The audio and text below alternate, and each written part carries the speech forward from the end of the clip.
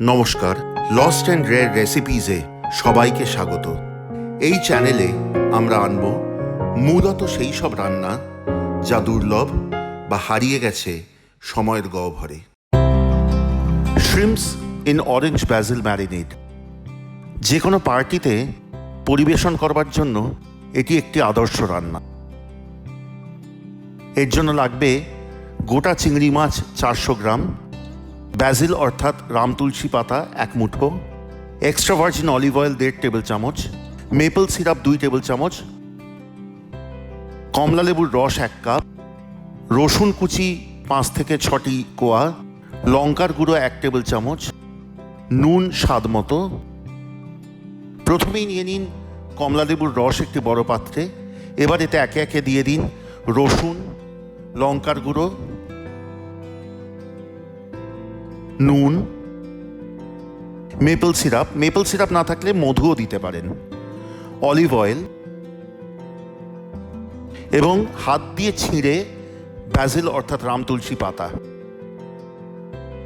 ব্যাজিল পাতা না থাকলে তুলসী পাতাও দিতে পারেন, কাছাকাছি স্বাদ আসবে।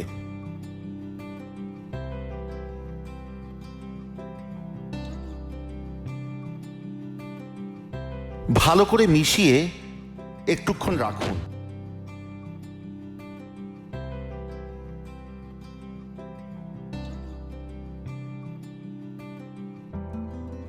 এবার কড়াইয়ে জল গরম করুন।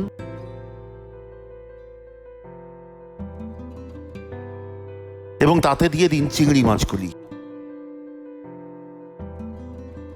কেবলমাত্র 3-4 মিনিটের বেশি কিন্তু চিংড়ি মাছ ফোটাবেন না, কারণ চিংড়ি মাছ তাহলে শক্ত হয়ে যাবে।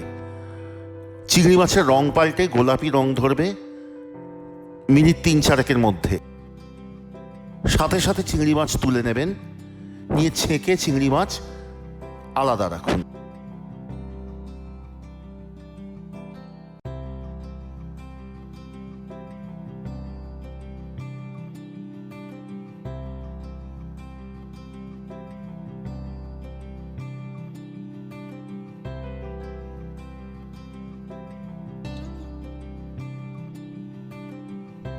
এবার আগে যে মিশ্রণটি তৈরি করেছিলেন তার মধ্যে ঢেলে দিন সেদ্ধ করা চিংড়ি মাছগুলি।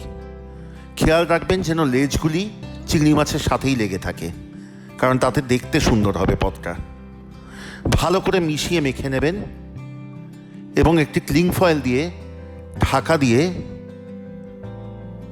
ফ্রিজে রাখুন। অন্তত 6 থেকে 8 ঘন্টা রাখবেন, সারা রাত রাখতে পারলে আরও ভালো। ব্যাস, আপনার রান্না শেষ। ইচ্ছা মতো আপনার প্লেট সাজিয়ে তার উপর ঢেলে দিন শ্রিম্পস ইন অরেঞ্জ ব্যাজিল ম্যারিনেড। সাথে দেবেন টুথপিক, যাতে লোকে চিংড়ি মাছগুলি তুলে খেতে পারে।